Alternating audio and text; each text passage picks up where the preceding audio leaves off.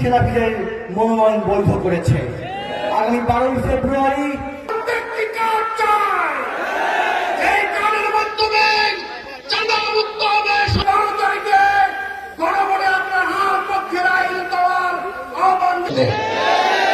আমরা দাঁড়িয়েছি, আমরা দেখেছি এই ইনসাফের বাংলাদেশ গড়ার জন্য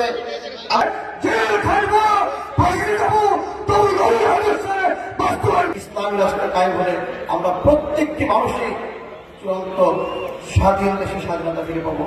আল্লাহ আমাদের কবল করুক।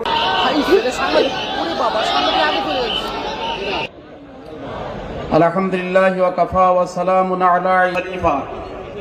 আমি আপনাদের কাছে একটা প্রশ্ন, মালিক আল্লাহ, আমার হায়াতের মালিক কে?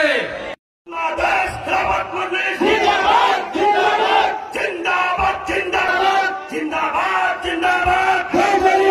দেশকে মজলুম হয়ে জালিমের বিরুদ্ধে রুখে দাঁড়াতে হয়েছে। এদেশের মানুষ একবার ব্রিটিশ বেনিয়াদের বিরুদ্ধে লড়াই করে নিজেদের অধিকার আদায় করার চেষ্টা করেছে। দিল্লির আধিপত্যকে খর্ব করার জন্য বাংলার মানুষ তারা সংগ্রাম করেছে, লড়াই করেছে। খান পাঠানদের পিণ্ডির গোলামীর জিন্দেরকে ছিন্ন করার জন্য এদেশের মানুষ রক্ত দিয়েছে, জীবন দিয়েছে।